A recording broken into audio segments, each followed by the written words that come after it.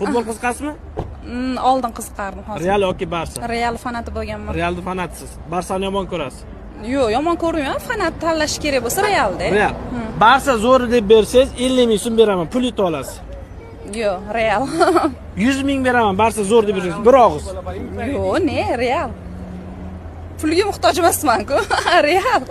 Foydasi yo'q. 200 ming. Yo'q, foydasi yo'q. 1 million bersangiz ham bab Real deyman hozir. Mana haqiqiy Real muxlislari bor ekan, pulga sotilmas ekan. Real kuchlimi, Barsa kuchlimi? Barsa kuchli aka. Shunda siz Realni yomon ko'rasiz, to'g'rimi? Real yomon ko'raman-da. Qarang aka, hozir Real kuchli deb bersangiz, homiylarimiz tomonidan sovg'a beramiz. Barsa kuchli. Sovg'amni oldiga aka 50 ming pul qo'shib beraman. Barsa kuchli aka, baribir. Shartni yana plus qilaman, 100 ming qo'shib beraman. Mayli aka deb beraman unda.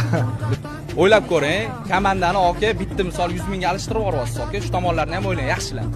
Real nomer 1 bu aka.